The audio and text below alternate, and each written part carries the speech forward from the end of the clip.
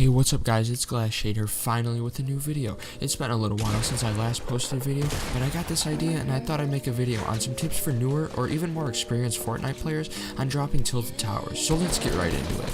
Maybe you're a new player and all the combat and players make you want to stay away from dropping at tilted towers, and while many experienced players will tell beginner players to stay away from tilted towers because of the high concentration of players, which maybe there is some truth to that, but at the same time tilted towers is a great idea for new players to quickly get a grasp of the action in the game.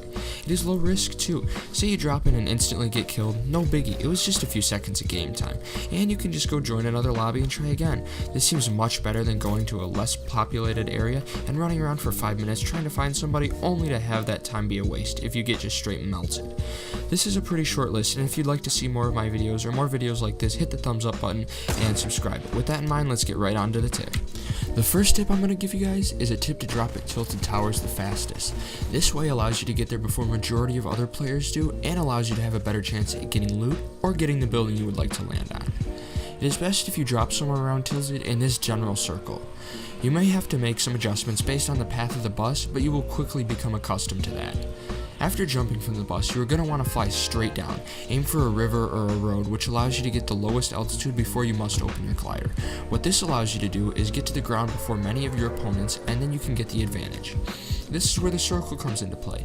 By jumping around the outside of the circle, you will be in the best position to use this technique. This tip may take some practice to get used to depending on your location, and if you do end up far enough away, you might have to deploy the glider early just to make it in time and not glide short. Now that you know how to get the advantage with the drop over other players, you gotta figure out where to go. Because Tilted Towers has so much loot and it's very close quarters, a large majority of players do end up dropping there, and this is something that you must be prepared for when you are planning to drop there. You're gonna want to try to pick a location that is the least possible players, although still being a good place to get loot. It is best for newer players to try to go in the houses along the outside. This is because most of the action is going to be limited to one or two sides of you, which is better for newer players because they don't always have to watch their back and all sides. This being said, you don't want to turn a blind eye to the other side because players will drop on your roof or they will try to sneak up behind you. Try and quickly loot your house and prepare to attack other players who might try and take your house or your loot.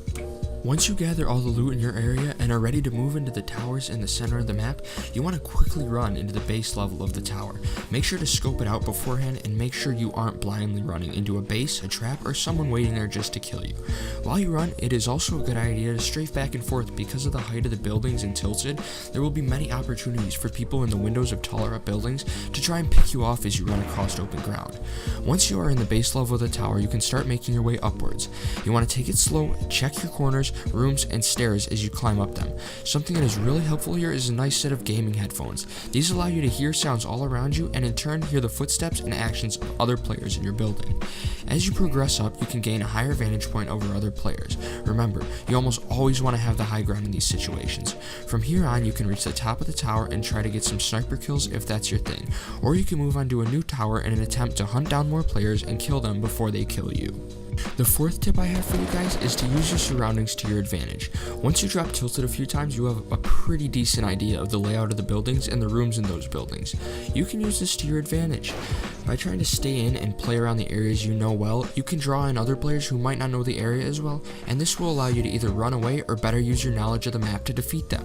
In Tilted Towers, traps are your friends. Because of the nature and the area of this map, the traps in it are especially useful here. Using a spike trap behind a doorway will almost guarantee you a kill or a down. As many people don't pay attention to look for traps as they enter a room, they will soon get an unsuspected surprise. Although as you do progress in level and start playing with higher level players, they do get accustomed to looking for traps and know where locations where there might be traps or where traps would be most effective, and they tend to be more cautious because of it. You might be able to still get kills, but a lot of the times it'll just be lucky. On the defensive side, you can train yourself to look out for traps. As you start to use traps more, you will be able to tell where they are and most effective locations that might be placed. And just like highly experienced players, you can be cautious around those areas where you think there will be a high chance of traps or where an enemy might have a trap placed. Thank you guys so much for watching. I know this was a short video, and like I said in my introduction that it would only be a few tips for more beginner oriented players, but leave a like if this video helped you out or you enjoyed watching it. Subscribe to my channel to see more content like this, and I will see you guys next time.